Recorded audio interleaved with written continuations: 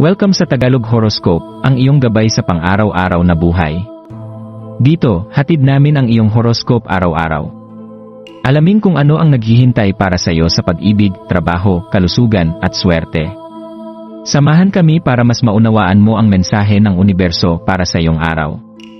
Huwag kalimutang mag-subscribe, i-like ang aming mga video, at i-share sa iyong mga kaibigan.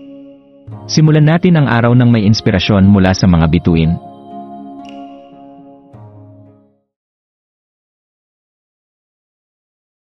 Narito ang iyong pang-araw-araw na horoscope para sa Aries ngayong Pebrero 4, 2025. Habang sumisikat ang araw sa Martes na ito, isang matinding enerhiya ang bumabalot sa iyo, Aries. Ramdam mo ang sigla at alab na tila nagpapaalab sa iyong kalooban. May isang kakaibang pakiramdam na bumabalot sa iyong puso, parang may isang hindi mapigil na sigla o pagnanasa na hindi mo lubos na maipaliwanag. Ang damdaming ito ay maaaring isang paalala na may mas malalim kang nais marating, may mas malawak kang nais tuklasin. Sa araw na ito, hinahamon kang yakapin ang matapang at mabagsik na bahagi ng iyong sarili, ang bahaging hindi natatakot sumubok ng bago, magtaguyod ng panibagong pangarap, at lumaban para sa nais mong makamit. Ang di mapigil na enerhiya na nararamdaman mo ngayon ay maaaring magdulot ng matinding emosyon at pagkilos. Maaari kang makaranas ng isang malakas na bugso ng inspirasyon, isang bagong ideya na biglang magpapakilos sa iyo. Subalit, tandaan na sa gitna ng siglang ito, kinakailangan pa rin ang balanse. Hindi lahat ng bagay ay kailangang madaliin, at hindi lahat ng desisyon ay dapat gawin ng padalos-dalos. Maging matalino sa mga kilos at pagpapasya, dahil ang anumang hakbang na iyong gawin ngayon ay maaaring magdala ng malalaking pagbabago sa hinaharap. Gabay sa pakikipag-usap at pakikitungo sa iba. Sa araw na ito, isa sa pinakamahalagang paalala para sa iyo ay ang pagiging maingat sa iyong pananalita. Mabilis kang kumilos at mabilis ding magsalita, Aries, kaya't maaaring hindi mo namamalayan kung paano nakakaapekto sa iba ang iyong mga sinasabi. Ngayong araw, pinapayuhan kang maghinay-hinay bago magsalita. Huwag hayaang ang init ng emosyon ay maging sanhi ng hindi pagkakaunawaan. Bago mo bitawan ang isang opinyon o puna, tanungin mo muna ang iyong sarili, makakatulong ba ito? O mas makakasakit? Kung makatutulong, ipahayag ito ng may paggalang at malasakit. Kung makakasakit, baka mas mainam na palampasin o pag-isipan muna ng mas malalim. Dagdag pa rito, ito rin ay isang magandang araw upang makinig. Minsan, dahil sa iyong pagiging masigasig at palaban, maaaring nakakalimutan mong pakinggan ang sinasabi ng iba. Subukan mong pagtuunan ng pansin ang kanilang saloobin, pangangailangan, at pananaw. Ang pakikinig ng may bukas na puso ay magdudulot ng mas malalim na koneksyon sa iyong mga mahal sa buhay, kaibigan, at katrabaho. Enerhiya ng kalikasan at katatagan. Ang buwan ay nasa ilalim ng impluwensya ng Taurus ngayon, kaya't mas magiging kalmado ang enerhiya sa paligid mo kung hahayaan mong yakapin ito. Maaari kang makahanap ng kapanatagan sa mga bagay na konkreto at materyal, ang kagandahan ng kalikasan, ang kasiningan ng sining, o ang kasimplehan ng mga bagay na nagdudulot ng kasiyahan sa iyong araw-araw.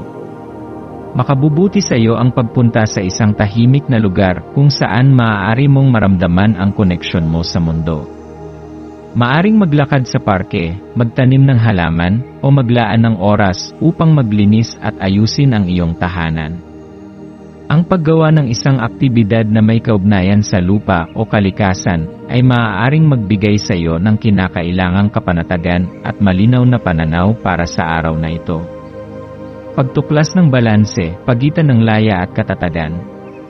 Bagamat likas sa iyo ang pagiging malaya at mapusok, Aries, ngayong araw ay hinihikayat kang hanapin ang balanse sa pagitan ng iyong matinding sigla at ng pangangailangang manatili sa katatagan. May bahagi sa iyo na gustong tumakbo palayo, subukan ng bago, at sumabak sa pakikipagsapalaran, ngunit may halaga rin ang pagpapahalaga sa kasalukuyang estado ng iyong buhay. Hindi mo kailangang takasan ang katotohanan para maranasan ang kasiyahan. Minsan, naroroon na ito sa mismong paligid mo. Ang sikreto ay nasa tamang paghawak ng enerhiya. Paano mo magagamit ang iyong pagiging masigasig upang makamit ang tagumpay nang hindi nawawala ang iyong focus? Paano mo mahahati ang iyong oras sa pagitan ng kasiyahan at responsibilidad? Ang pagsagot sa mga tanong na ito ay makakatulong sa iyo upang mas maging epektibo at masaya sa araw na ito. Maswerteng kulay, numero, kristal at gawain. Maswerteng kulay, dilaw at ginto, sumisimbolo ng enerhiya, tagumpay at positibong pananaw. Magsuot ng damit o accessories na may ganitong kulay upang mapalakas ang iyong sigla at kumpiyansa. Maswerteng numero, 5, 17, at 28 mga numero na kumakatawan sa pagbabago, kakayahang umangkop at bagong simula. Maswerteng kristal, red jasper, isang batong makakatulong upang mag-ground ang iyong enerhiya at mabalanse ang iyong damdamin. Maaari mo itong hawakan habang nagme-meditate o dalhin sa iyong bulsa upang manatiling kalmado sa gitna ng iyong matinding enerhiya. Maswerteng gawain, maglaan ng oras para sa pagsulat ng iyong mga plano at layunin. Ang pagsulat ng mga ideya ay makakatulong sa iyo upang hindi mawala sa direksyon at mas maging organisado sa iyong mga gagawin. Payo at pangwakas na kaisipan. Ngayong araw, Aries, subukan mong pag-isipan kung paano mo magagamit ang iyong enerhiya sa mas positibo at produktibong paraan. Huwag hayaang ang init ng iyong damdamin ay maging sanhi ng hindi pagkakaunawaan sa iba.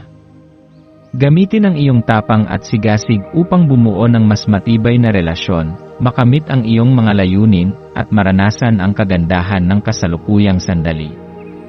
Paalala rin na hindi mo kailangang maging palaging mabilis sa pagdedesisyon. Minsan, ang paghinga ng malalim at ang pagbibigay ng oras sa sarili upang pag-isipan ang mga bagay ay mas makakatulong sa iyo upang makagawa ng mas matalinong mga hakbang. Magtiwala sa iyong sarili at sa direksyong tinatahak mo. Ang araw na ito ay isang paalala na ikaw ay may lakas, may kakayahan, at may karapatang lumago at umunlad. Yakapin mo ang iyong tapang, ngunit huwag kalimutan ang kahalagahan ng pagpapahalaga sa kasalukuyan. Tandaan, ang tagumpay ay hindi lamang nasusukat sa kung gaano kabilis mong marating ang isang destinasyon, kundi sa kung paano mo pinapahalagahan ang bawat hakbang ng iyong paglalakbay.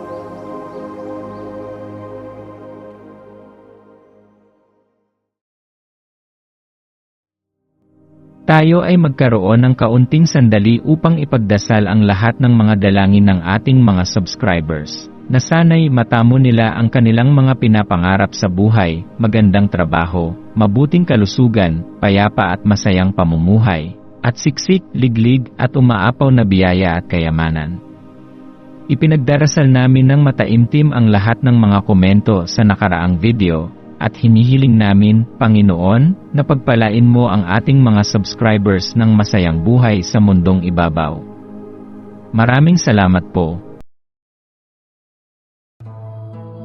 Maraming salamat sa panonood ng iyong horoscope ngayon araw. Naway gabayan ka ng mga bituin sa iyong landas. Huwag kalimutang mag-like, share, at subscribe para sa iba pang cosmic na kaalaman. Hanggang sa muli, manatiling konektado sa universo,